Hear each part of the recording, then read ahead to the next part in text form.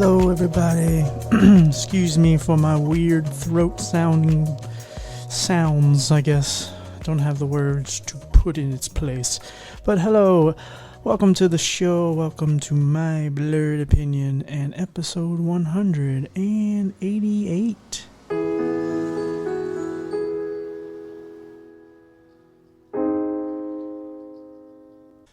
Okay.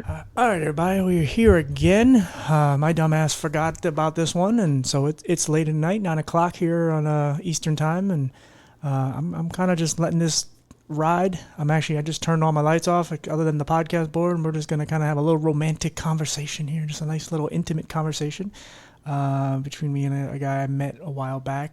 Oh, here comes Bullet, my cat. He knows when the podcast starts because I sit on the couch and he lays next to me. Anyway.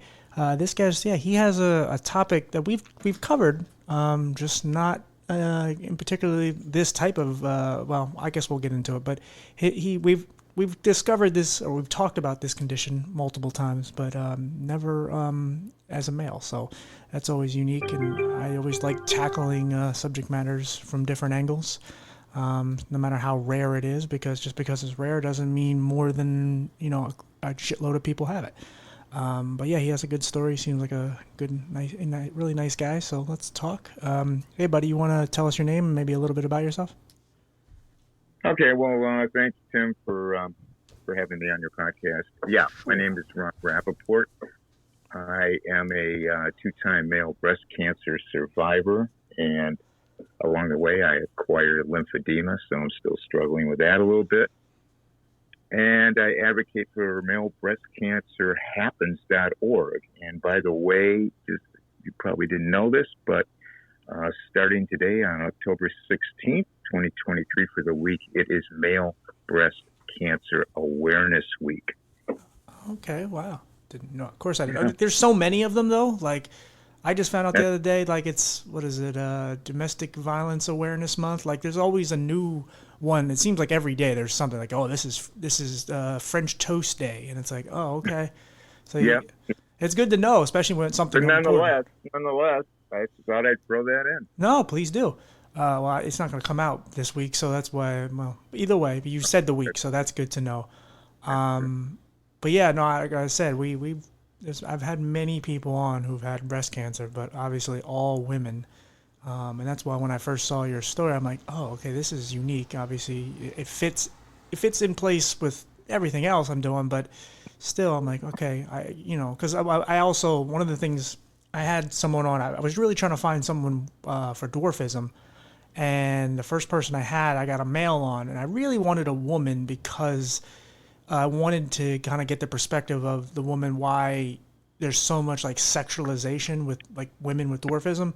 And even though the guy was great and we become good friends, I really wanted the woman's perspective. And I finally did get it because I like unique perspectives because I don't have dwarfism, but I am a man, and, I don't have the perspective of a woman in that specific situation.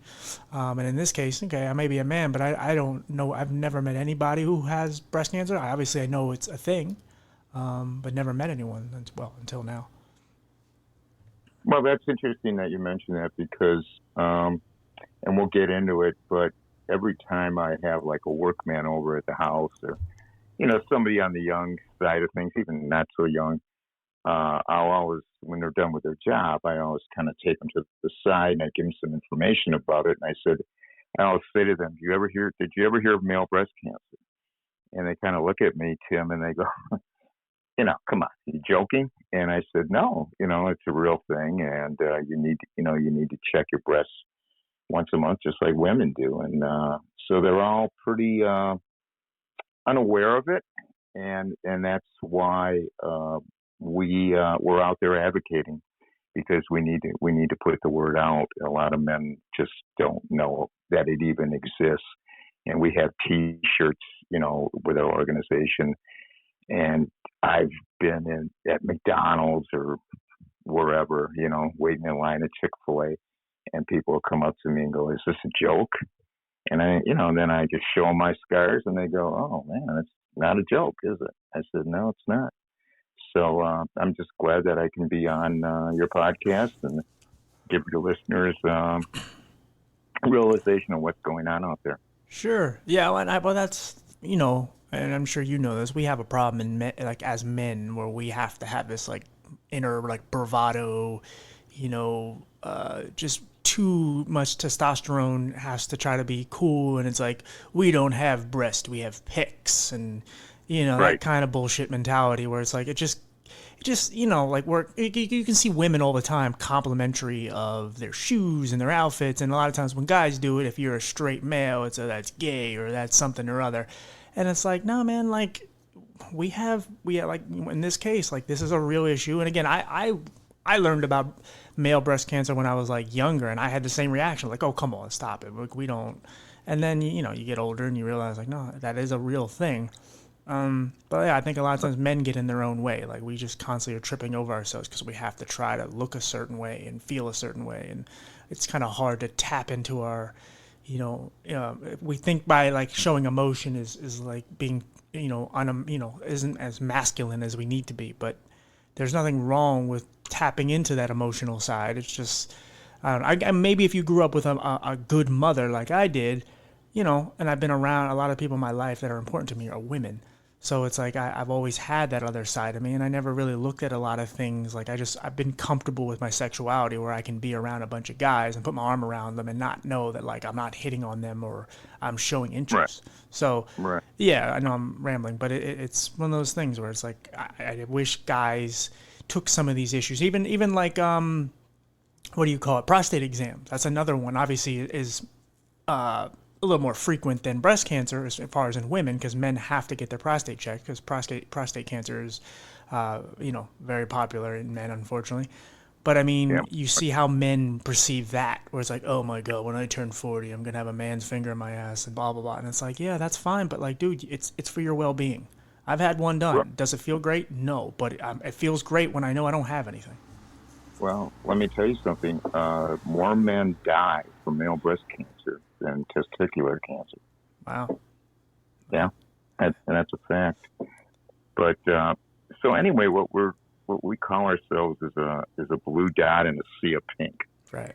Especially October being Breast Cancer Awareness Month. That's all you do is you see pink all over the place. But my first introduction to the whole thing was back in 2018. We were on vacation and we were going dipping in the, I think it was the Mediterranean. We were in Spain, and I took off my shirt. And I noticed my left nipple, was retracting a little. And that year I had acquired influenza B, like back in January, and completely dehydrated, fell down twice, and just messed my ribs up and everything. So I had actually, my wife had to call 911. I had to get sent to the hospital because as soon as I stood up, my blood pressure went down like 65 points. So they said, Wow. "Oh, you're going to hospital." Yeah. And I had my flu shot that year, but that was influenza B. It didn't cover it. And so I thought, well, it's probably from, falling down, my ribs got cracked and everything. And probably my nipple was, my whole chest area was all messed up. And also I kind of hit my, sometimes your car door hits your chest, accidentally or whatever. So I thought, well, maybe it's from that. So anyway, that was kind of like in the fall of 2018, thing wasn't getting any better. Got home and I noticed it's still retracting in. I go, this doesn't seem right. So I told my wife, I said, hey, take a look at this. And the first thing out of her mouth was, well, you need to go get a mammogram. So I said, a mammogram? She goes, yeah, I think just check it out. So went to my doctor, and he sent me down to a major breast cancer center here in Florida. And that was my first taste of what was going on with this male breast cancer thing, which wasn't on my radar at all. I was going to ask you, is that even on your radar? Like, it was at that point? No, it wasn't on my radar. And I was actually in the medical field. and just it never really crossed my path, you know. And of course, I read up about it, on Google and stuff like that, and I went, you know, this is kind of a sign of that. So anyway, went to the first doctor, and the doc in a box, because my regular doctor was on vacation. It was Christmas time, and he says, took my shirt off. I said, yeah, look at this. And he goes, what am I looking at? And I said, well, look at my nipple. And he goes, oh yeah, well, man, yeah, okay. let's get a mammogram. So I went down to get a mammogram at a big breast center where they have a radiologist on staff. And so they said they did a mammogram, and then they said, well, we can't really tell anything. We know your right one's good, but your left one's kind of questionable. And they said, let's do an ultrasound. So I did an ultrasound same day. They looked at it, and I don't know. We don't know. You know, it could be scar tissue. It could be, you know, we don't think it's too much, but let's be safe. And in a couple of days, let's get a biopsy.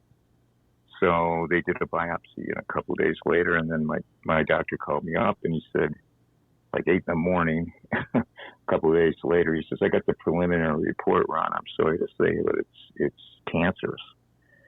So, man, it was like getting me hit, you know, over the head with a sledgehammer, you know, like, oh, geez.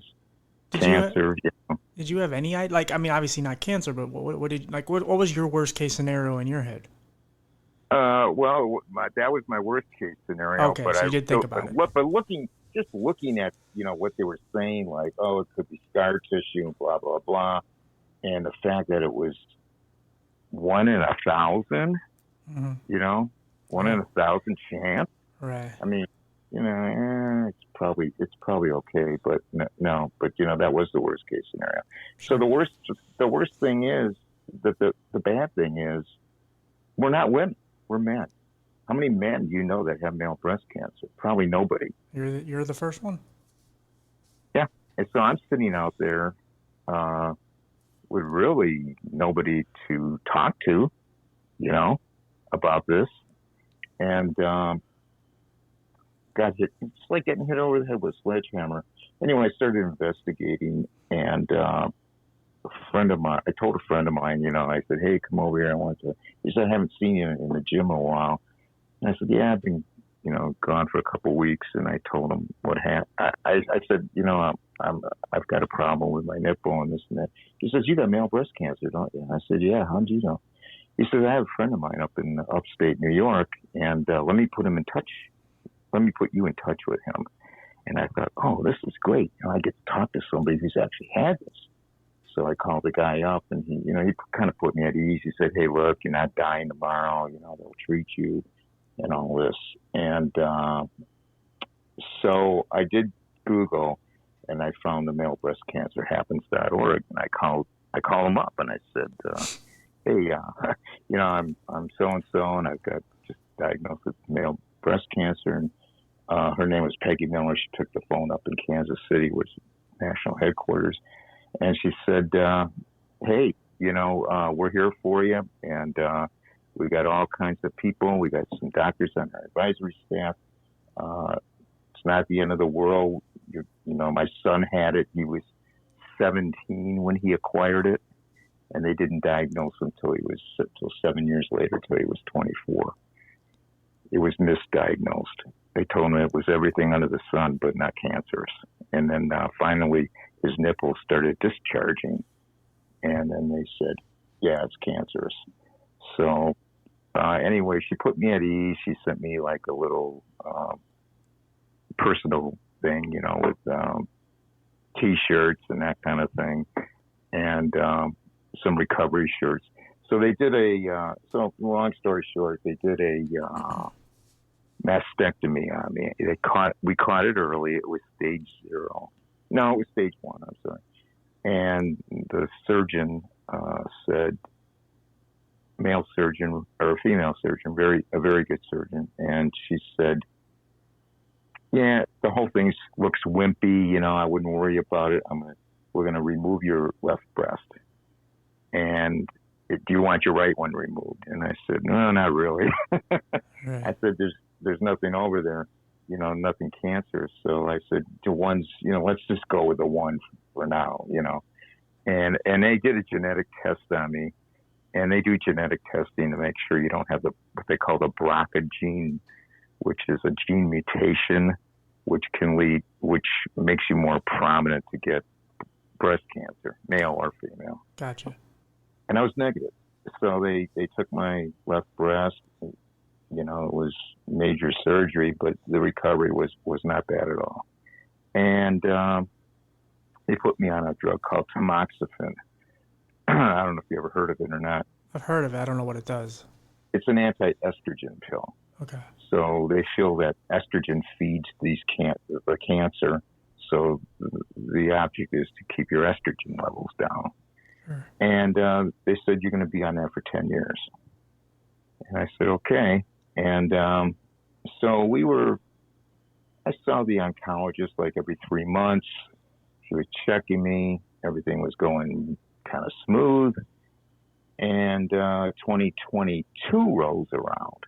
Now, the first time I caught it was January 2019. Now we're in January of 2022. And she's looking under my arm. And I was checking myself, but this is in the back of in the back of the arm. And she says, hey, you got some swelling going on over here. I don't think it's anything. And of course, let me tell you, Tim, when the doctor says, don't worry about it, that's when you need to start worrying about it. Oh, I know. Yeah. I've had many health conditions. And even when they say it's 100% fine, I go, I don't know. I just don't know. Because I've been misdiagnosed multiple times. Yeah. So she looks at it and she says, I don't know. She says, you need to go in. We need to get an ultrasound and a biopsy. And I said, oh man, really? And she goes, yeah. And I was in no pain at all. And I was running like 5 miles a day and, doing my workouts every day. And absolutely, same thing happened with the first time. You would know I had cancer. And so I go in there, they do an ultrasound, and then they do a biopsy. And this time, it's kind of in the lymph nodes. And that's not good because the lymph nodes, it can spread in your lymph system and go into other areas of your body. So they said, yeah, you've got, they did the what they call an axillary dissection under my arm. And they took out the lymph nodes under my arm. They took out 9 lymph nodes. 2 were cancerous. So that was not as good a recovery as the first time. Anyway, then after that, my arm started swelling up. And by taking the lymph nodes, I acquired lymphedema. So, that's where I am now. And I've been going to physical therapy for about over a year. And I'm in these compression wraps, but they should be weaning me off in another month or so. And so I'm in these compression wraps, and if everything is good, I'll be out of that and just kind of like in a joke sleep. But the way this all happened is the surgeon saw my arm and he said, yeah, I think there's a chance of getting lymphedema, and they told me that. And so I did have it, but he said to me, there's a surgery that can fix this. Not that it's curable, but they can make it a lot better. And I said, really? He says, yeah, let me send you to another doctor. So he sent me to this plastic surgeon, a very good plastic surgeon. And what they did is, you probably never heard of this. I don't know if your audience did either. It's called a lymph node transplant. So what they did is they took lymph nodes from my stomach, which you have a zillion lymph nodes, and they transferred it into my arm. And that was back in February. So it's gotten a lot better. A lot better. Awesome. And I was lucky, I was lucky that I could get that kind of surgery. Now, do you feel, and again, I mean, I guess we're now like a year from this, like, do you feel like you're always going to kind of have that, like, looking over your shoulder, like, when's the next thing going to happen? Because Well, it, this is a problem with men with breast cancer and women, and anybody with cancer is the fear of recurrence. right. And is it in my mind? Yeah, but I'm not dwelling on it. You know, Yeah. uh, I refuse to dwell on it. I mean, whatever's going to be is going to be. I think just keeping a positive attitude, going on with your life, not doing, keeping up with your exercises and everything, and just not being negative, and helping people, Yeah. which I do with the advocacy. I have a support group. We meet once a month, and I try to keep my spirits up, and they try to keep their spirits up as well.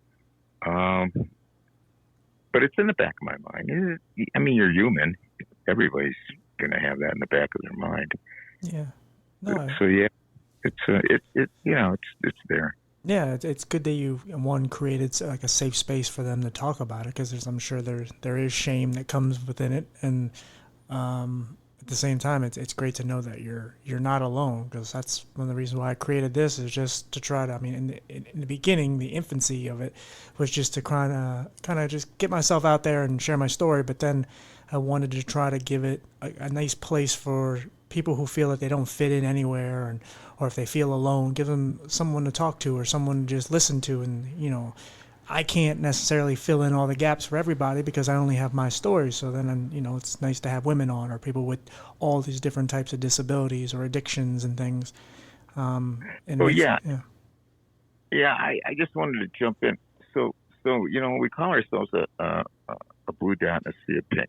So when Right. I went to get my first mammogram, I went down there, and gave them my name, and they put a little white band on me, like they do in the hospital.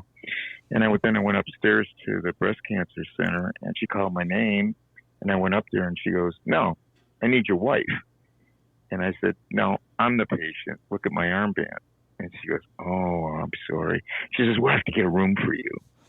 And Hmm. then, of course, I'm filling out forms, Tim. How's my menstrual cycle? How's my pregnancies? You know what I mean? Right.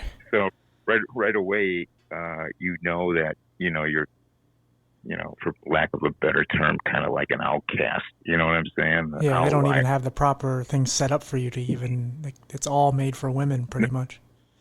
So the reason I got into advocacy for this thing was kind of a short story. On my first surgery, my mastectomy was February 8th, and I had some dental work done, and I had a crown that they had to put in, and they didn't want me to have any dental work after the surgery. So I called the dentist office, and I said, "Hey, can you kind of put a rush on that crown because I'm having cancer surgery on February 8th. Could we get it in before that?" And they said, "We'll do our best." So they called me on February 7th, and they said, "Hey, your crown's in. Come on in. We'll put it in." So I go in there, I sit down in the chair, and the lady technician says to me, "Hey, I heard you're having cancer surgery tomorrow." I said, "Yeah." She says, "What kind of cancer?" And I said, "Breast cancer." And she started laughing. She thought I was joking. Yeah. And she wasn't trying to be mean or anything, but then I thought to myself, a light bulb went off in my head, and I said, if guys have to put up with this, I can understand, why Yeah. they don't want to come out of the woodwork. People are sitting there laughing at this thing. And so I said, well, I don't know where I am with this thing, but when it's over, I'm going to be an advocate for this group, and try to just educate as many men as I can and women, because sometimes it's better to educate the wives and the girlfriends because they'll get the guys to do something. Yeah. Whereas, guys just listen to you and blow it out. You're trying to remove the stigma and you're just creating awareness, because again, that's what a lot of people would think. Oh, a guy with breast cancer, that's silly, Like I mean, my equivalent would probably be a lot of times when I try to go to get a job, it's like, but with those, basically what they're trying to say is like, well, with those eyes, it's not going to happen. It's like, man, you don't know me. Like, just don't, you automatically, like, I always talk about people with disabilities, like, our ceiling is so low to people. So, like, if the fact that I have my own place and I've gone to college and I went to, I graduated high school with straight A's and, I work and I do all these things. It's like, oh my God, you do that and that and that. And it's like, yeah, because we're people. I can do things if I push myself and I'm willing to do all the sacrificing and I'm going to have to work a little harder, but I know I can do it. And it's amazing some of the reactions you get when people are like, "Oh, really?" It's like, why am I like, why can't you have like a more open mind? Like, but yeah, you have to kind of change some of those stigmas by just putting yourself out there. Sometimes you need the few sacrificial lambs to kind of put the story out there, and then hopefully the next group of people who, let's say in this case with male breast cancer, now maybe it won't be as hard and it won't be so as taboo anymore. More people will know about it because it's amazing how, I mean, you said, what was it, 2,600 a year? Like that seems low, but at the same time, it's like, wow, I wouldn't even guess that was that high. Yeah, and if you're one of the 2,600, it's 100%. Right. You know what I mean? Yeah. Now, I can tell you, our group, malebreastcancer.org, by the way, if who's ever listening to this, please go to our website, malebreastcancerhappens.org. There's a self-breast exam card on there. There's all kinds of great information. There's all kinds of stories on there, all kinds of resources. So I urge everybody to go on there, find out about the risk factors, the signs and symptoms, and that kind of thing. But what I was going to mention to you on the stigma issue is we had a meeting with a very, and I'm not going to mention the name, but a very, very prominent recording artist and African American, and that community, which is hit a lot harder with male breast cancer. They seem to get it a little more aggressive than whites do. Sure. And big stigma in that community because they refuse. Many in that community, the black and brown community, refuse to call it breast cancer. They call it chest cancer. Mm. Because of the stigma, right. The word breast, and it's not breast cancer, but they choose to call. And we had a go around with this guy, and he just refused. He said, "I'm not calling it that." People in my community won't go for that. So that's what we're up against, just from the stigma aspect of it, and it's too bad, but. He wouldn't budge on that, but it was still, an interesting conversation that we had with him. So we are, that stigma is there, and the problem is a lot of guys. Now, if you catch it in stage 0, 1, or 2, you have a 90% chance of not a cure, but a good survival rate. If you catch it in stage 3, your survival rate goes from 90% down to 72%.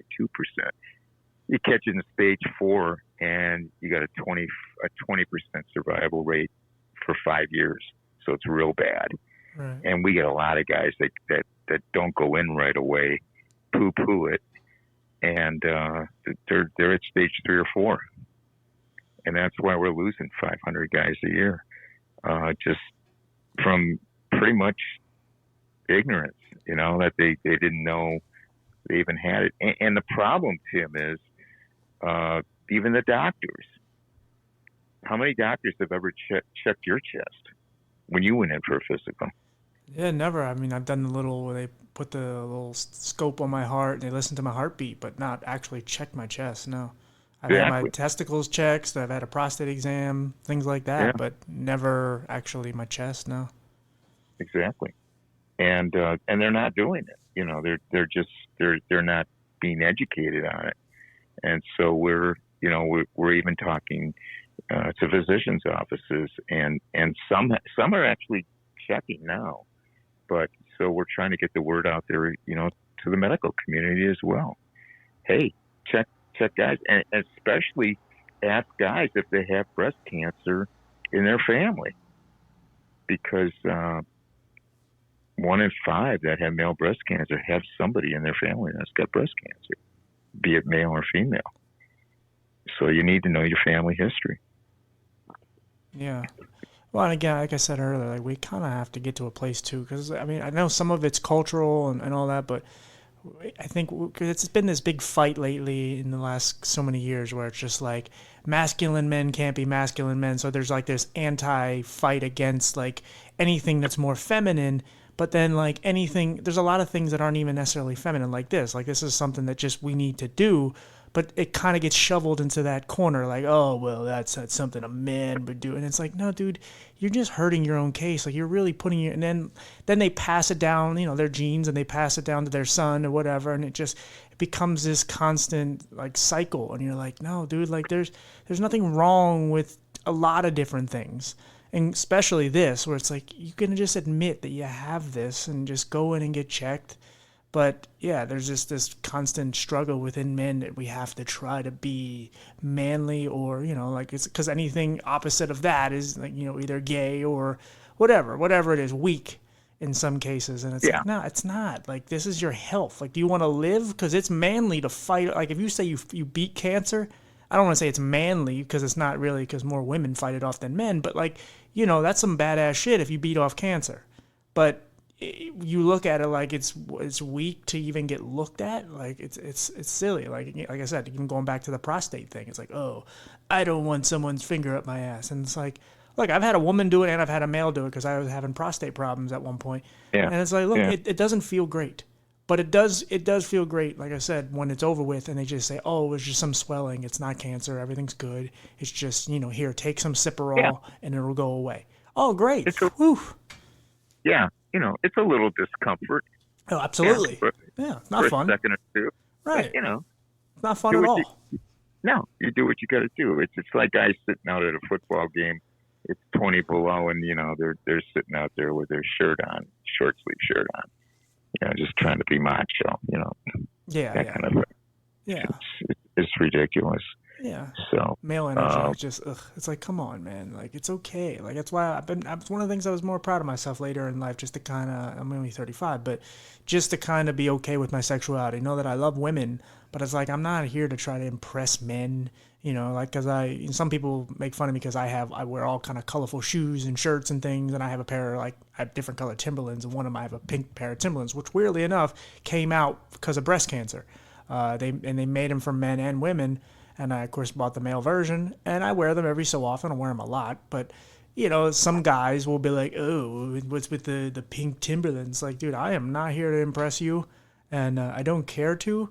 But, like, you want to know, I just like them. I think they look nice, or just they stand out. Yeah. It's something I'm into. But, other than that, I don't have to really explain to you why I wear them, because I like women. And, again, nothing wrong, even if I did like dudes.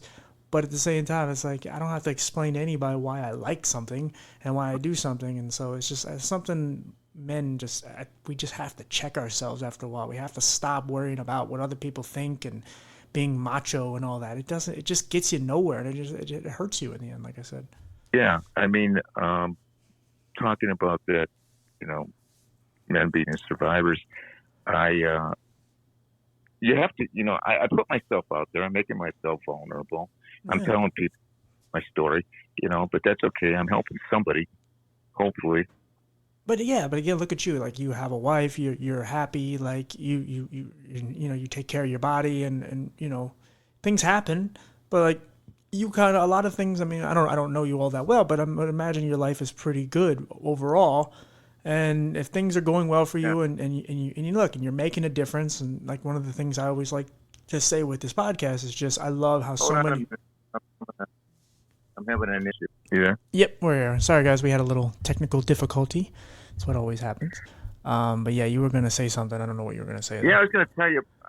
I went to we'll do a tabletop advocacy thing at certain big events. So we had a big marathon down here. I'm down here in Jacksonville, Florida, and so I'm at the I'm doing the tabletop advocacy for the male breast cancer happens.org. Passing out goodies and information, and I'm standing out there, and people are kind of passing me by. They're not really bothering to talk to me, and I went, this is odd. Anyway, so I said to somebody, can I talk to you for a second? I just wanted to tell you about male breast cancer. I'm a male breast cancer survivor. Everybody stopped in their tracks, and they said, sure. When they heard that word survivor, I don't know what it was, but it was great. So I started doing that, and so apparently there's a respect for survivors out there. Yeah. Well, I mean, I think it also gets put in the category. There's a lot of people who get back from the war, and I think survivor just sounds, it just rolls off the tongue really nicely, and it's like, oh, okay, survivor. That means he's been through something. Like if you say survivor or warrior, it's something that like relates to people. It's like, oh man, okay, this guy's been through something. You also have the scars to prove it too, and you have the story to back it up, and you have the intelligence to kind of relay it to them. So it's like, oh, okay, this guy. But yeah, like off of just some posters and some pamphlets and whatever, it's like, that's cute, because anybody can sell you anything. A lot of times people are just, they're curious, but it's like, I don't know.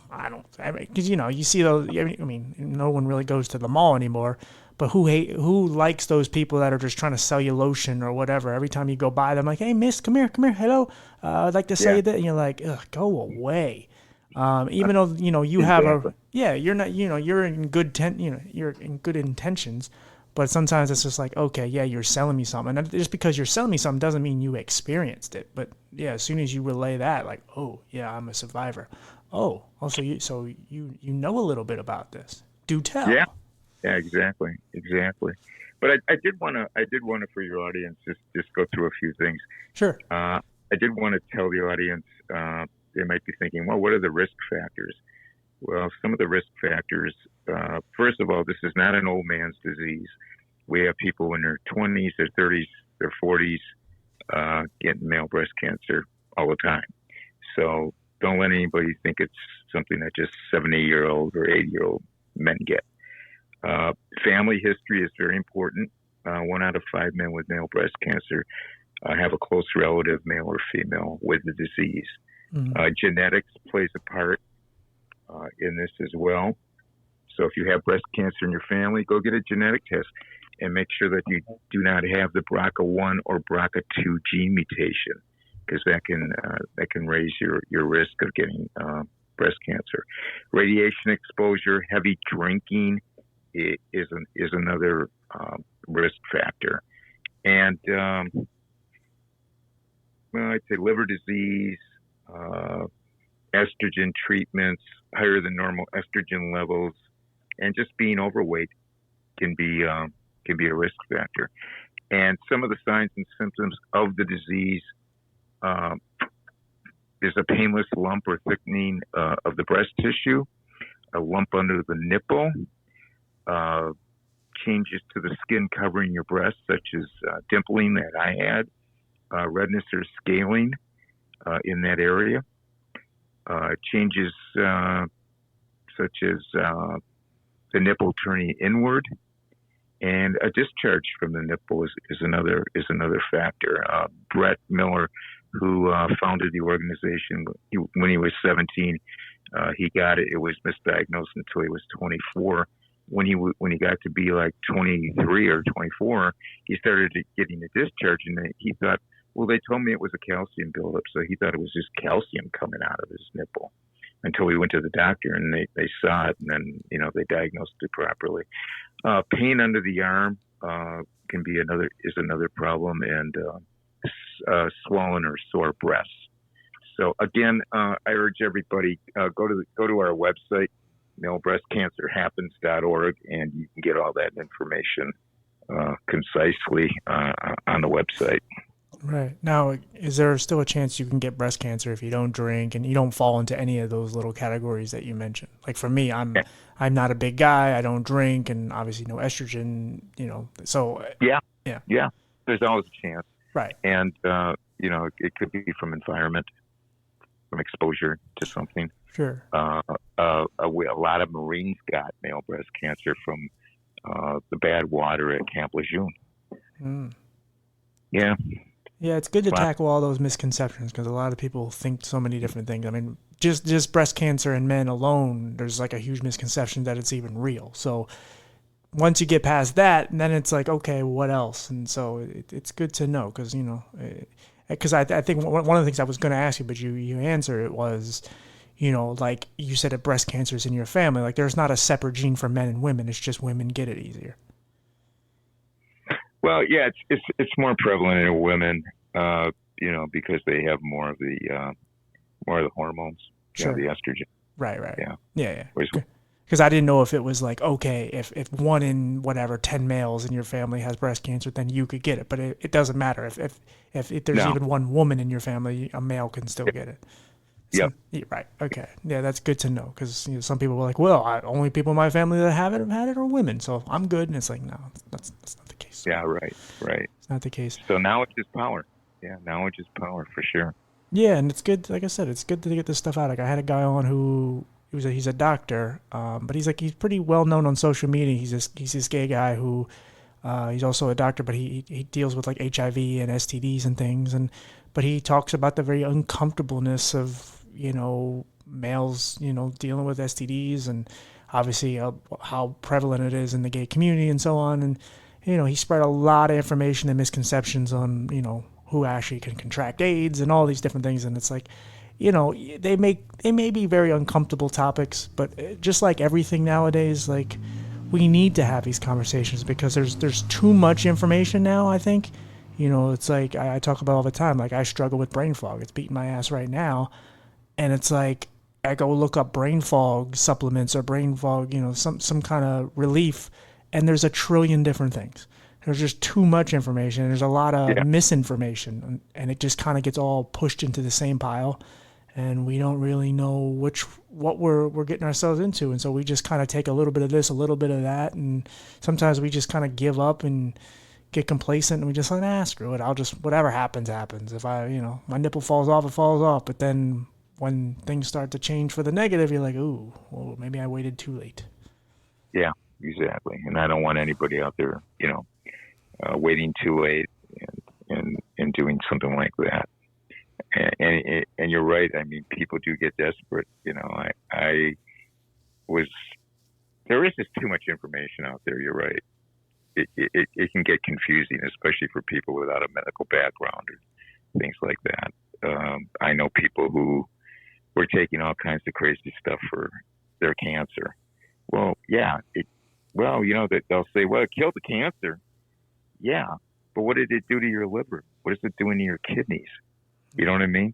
Yeah, I mean, they're taking stuff for animals. sure.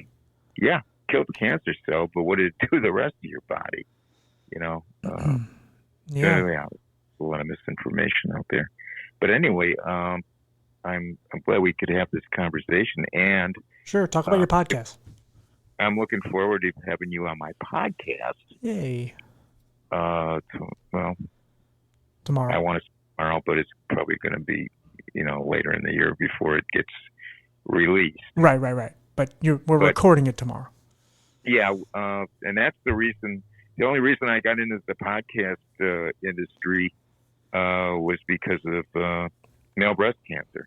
I came up with the idea. I said to my director, and we're a small group. I mean, we're a real small group, so we can kind of do whatever we want.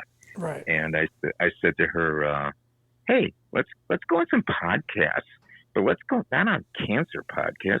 We need to go like on sports podcasts and things like that where men are listening to it." And so we started doing that, to spread the word.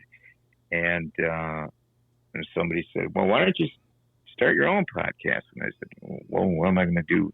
Why would I do that? And then I thought, well, maybe that might be something. So I started doing a podcast about 3 years ago. A little play on words. It's a rap with rap because my last name's Rapaport. So right. It's a rap with rap, play on words. And started doing it, and it expanded, and started a Facebook group and Instagram group, and we've got a few thousand people in there, and we're talking about kind of like you. It's not the topics vary, but we've talked about. I'm kind of like you, kind of want to be a voice for the voiceless, right? The things out there that people don't hear that much about. So I've covered autism and homelessness. Sure. We did something with homeless the homeless group out in Los Angeles on Skid Row, and talk about blindness and child abuse and male child abuse and people getting scammed, that kind of stuff. And people will, it's pretty much the main theme. I was trying to develop a theme, and then I came up with, let's talk about people overcoming adversities. Yeah, that's roughly what this is as well. It started off just mainly disability, and then I was like, I'd like to kind of get into the homeless population. And then all of a sudden, it was like, oh, the first person I interviewed who was formerly homeless was also blind. And then the first person I interviewed who had addiction problem or was also disabled. And then you just start realizing they're all parallel and they're all connected. And then it went more people dealing with trauma and how they overcome it and how they thrive. Yeah, I've done a lot with that. Reputation repair. I had a survivor from Cambodia, the killing fields. We talked about bullying in school, stuttering, retinitis pigmentosa, intermittent fasting, PTSD, addiction. Have you heard of bladder extrophy? Yeah. Yeah, that's somebody on there for that. Domestic violence. I mean, it runs the gamut. It's just people overcoming all kinds of adversities. Yeah. And it mushroomed, and every once in a while, somebody will email me and say, "Hey, I appreciate what you're doing. You helped me out." Same here. Yeah, and that's the best thing. Yeah, it makes it all worthwhile. I know I'm affecting somebody out there, so in a positive way, and just like you're doing it, it's good for you and it's good for them. Yeah, every so like that there before when I really started at the very beginning of it all, I was just like, I don't know, I'd get like 12 episodes in, I'm like, 10 people are listening, and then I just want to give up, and then that one email comes in, man, hey, you got me through the day, thank you, and I'm like, all right, I'm coming back for a few more, and then the more it grows, and then I'm starting to do a lot more on like TikTok and Instagram, and I'll be honest, I hate social media, I really do.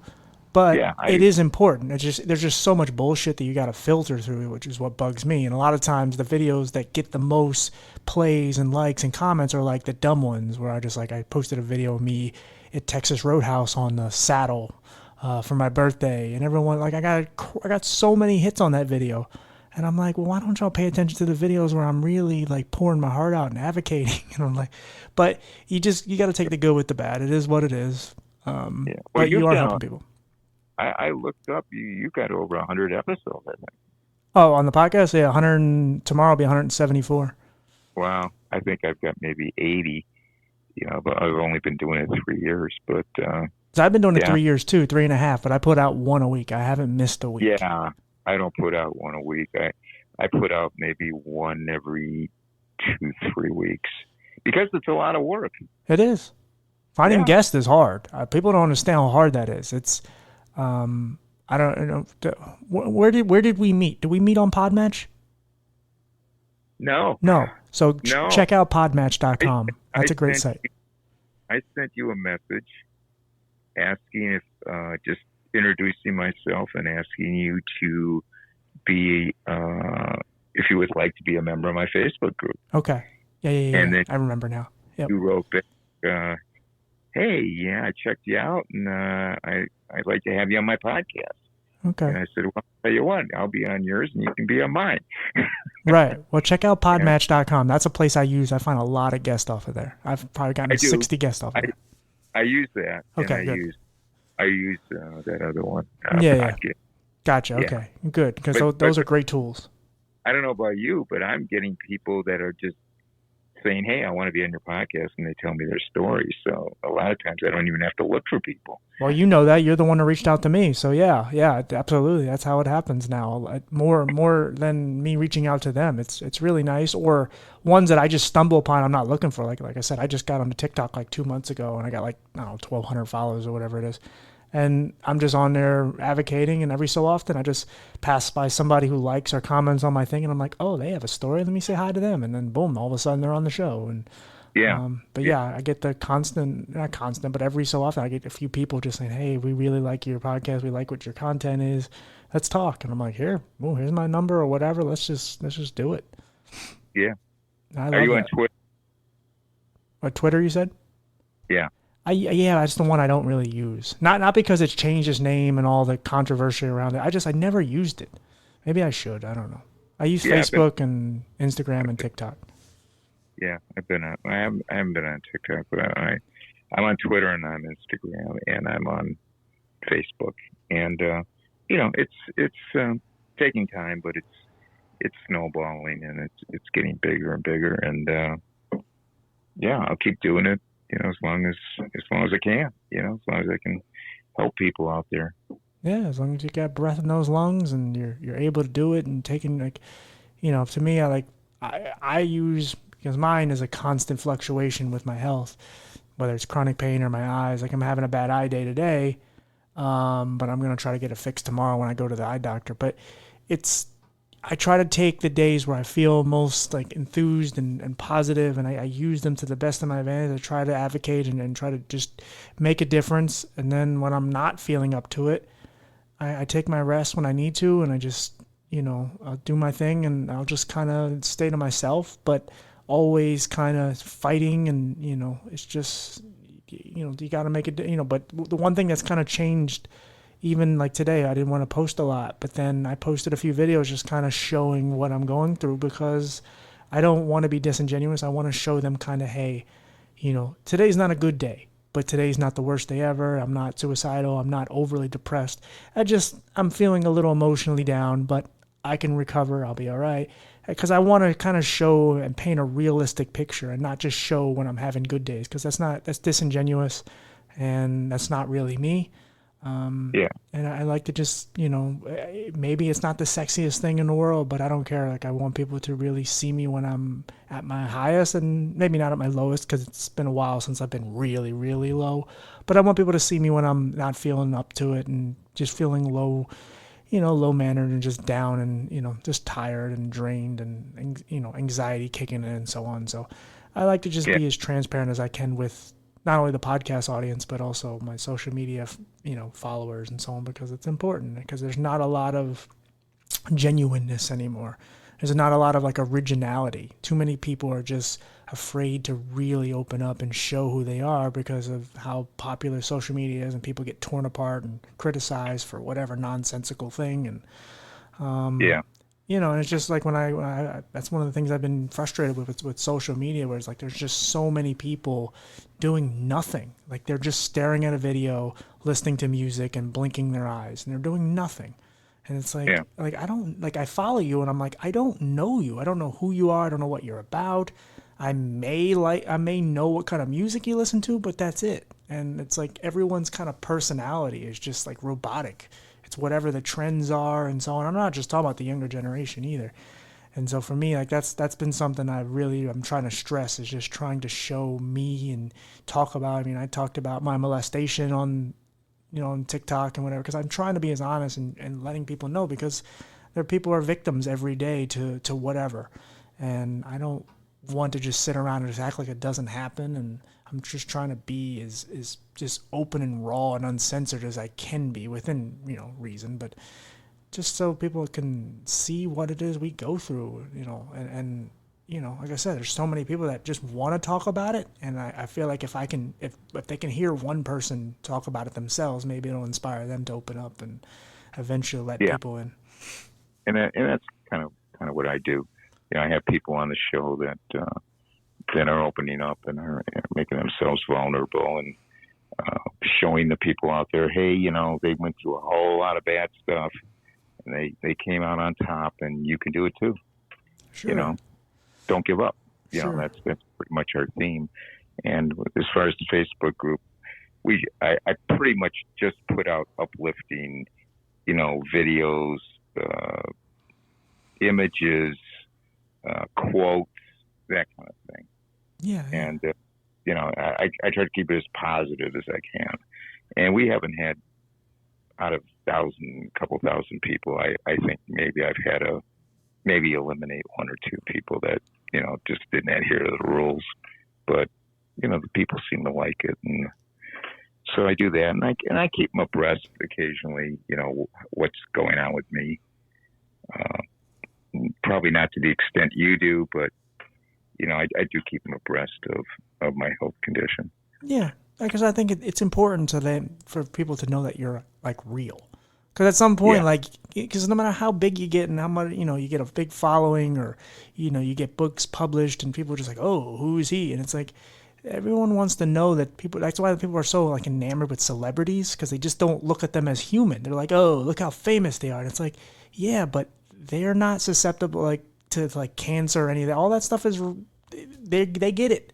And then when they hear like, oh my God, like Bruce Willis is, he could barely think and speak, and it's like, oh my God, it's terrible. It's like, yeah, because he's human. Like, it's awful, but at the same time, it's like Bruce Willis is human. It can happen. It can happen to all these celebrities. Like, we're all gonna die. I think it's really hard for people to understand that, and it's good that that's good for you to as being a figure who's trying to motivate and keep people alive. It's good because it's nice to say nice things and get them motivated, but it's also nice to know things about you, oh, he likes rock music and he goes to see movies and he's real. He's not just something that just posts positive stuff, because everyone does that. Well, what else? Who are you? And it's good that you let people know where you're going, where you're headed, and what you've been through, and and also it helps when you do other little side ventures, because it shows that, oh, is he just the breast cancer guy? It's like, no, I'm also a person. I got a wife, and, I love whatever. This is my favorite so-and-so. I like spaghetti, whatever. It's good to know that you're a human. And it's good to know you have a sense of humor. That's another thing, is a lot of times people who have gone through something traumatic, they tend to just be just a dullard. It's like, no, you can still be I think a lot of people who have some of these things can be very we have really dark sense of humor, so we can laugh about things and we're more open-minded, but there are some that are just like, oh, really? Oh, I get it. Your life is hard, but my God, can you make a light of it a little? Because you're boring me here, but it's good to know that you're a person at the end of the day, and I think that's something that have you ever tried Facebook Live? What'd you say? Say that again. Been on Facebook Live? Yeah, I've done a few Facebook Lives. I've done a few Instagram Lives and TikTok Lives. How did that work out for you? It depends. TikTok Lives, they're hard because people are just in and out, but you can find people. Instagram Lives, they don't really get out as much. It's more about your how many followers you have, so that one kind of is rough. But Facebook, I have a decent amount of followers on Facebook, and I get people in and out. They're fine. It's nice because you can just post them and people can watch them later. I like them. I don't do them as much as I used to, but every so often I'll do something and I'll ramble, and I like when people come in. But it's hard when if you don't have a really giant following where some people are going to come in, they aren't as interactive, and you kind of just sit there and ramble. And then every so often, my problem is always people start coming in right when I'm about to finish, and it's like, oh, hi. Oh, let's talk about some more. This is what I was talking about this whole time. You can go back and listen, or we can just sit here and have a conversation about it now. But I do like when I can play off of somebody. I've done some TikTok ones where I've had a few friends in and we just talk, and it's a little easier to play off, because sometimes it's just awkward because you're just rambling and then people are coming in and you're in the middle of your subject matter. And then you kind of have to stop and kind of rewind again to go, oh, hey, John 52. Yes, I'm talking about breast cancer. How are you? And you got to keep doing that every so often. Where Facebook, though, is a little more, like I said, the fact that you can post them right away is nice. But Like I said, I've had some success from it. Oh, that's good. That's good. I was thinking of, I may do that down the road. Yeah, no, they're fine. They're like I said, they're a little. I think Facebook Lives are a little better than like some of them because, like I said, you can post the full thing, whereas like TikTok, you can only post so many minutes, and you Yeah. really have to go back and like cut it and whatever. But Well, I'm like you. I have to kind of, do it on some of the days. I'm still going through treatment. sure, I'm on a shot every month uh, that completely takes away all my testosterone. So that affects me. I'm on a kind of like a chemo drug. It's really not chemo, but yeah, there's side effects to that. So, I'm still, they still got me on because they figure I could be high recurrence. sure, So they got me on, preventative stuff and all that, just to let everybody know out there, with cancer, sometimes it's, yeah, you're over it, but you still have collateral damage from all the stuff they put you on to prevent it from coming back. yeah, So, I have my good days and my bad days. You know, for sure. yeah, Well, like I said, we're gonna keep in touch, and I definitely want to keep an eye on your health, make sure you're doing all right. Um, yeah, I appreciate 'Cause it's that. very important. And trust me, I know a lot of people, not just myself, but that's one of the things. Maybe that's the gift and the curse is knowing so many people with all these different ailments and disabilities. Because every time I check up on them, and I know a lot of them now because of doing this, every time I check up on them, there's a few of them where I just kind of like close my eyes when I go to read the text, the response. Because some of them, especially the ones with like chronic pain, a lot of them can be really just torn apart, and it's like, oh my god. But Yes, I've it, done actually. I've done a few episodes on chronic pain, and I had a lady by the name of Tina Petrova. I don't know if you ever heard of her. no, I don't think I And have. she made she's from Canada. She made a documentary on chronic pain. You can get it on Tubi for free. Oh, check It's it out.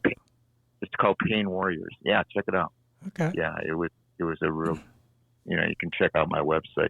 Yeah, everybody out there. Yeah, It's a Rap with Rap podcast, and you can get all the episodes. They're on Spotify, Pandora, Apple, Google, all your major platforms, or you can go on my website. It's a rapwithrap.com. So that's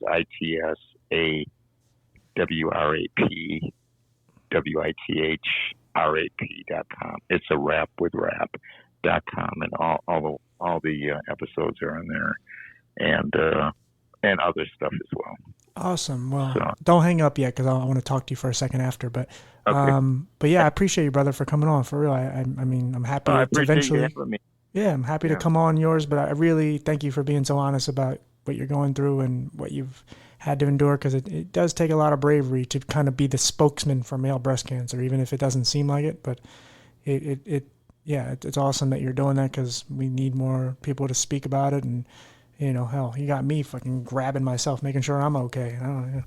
I promise I'm not trying to be, flirt with you and just I'm not trying to feel myself up here, but it's good to know like I said, someone out here is caring and yeah. yeah. So thank you for coming on for real. It's a pleasure to be on, Tim. You're a warrior, man. You're one of my heroes now. I appreciate it. Thank you, buddy.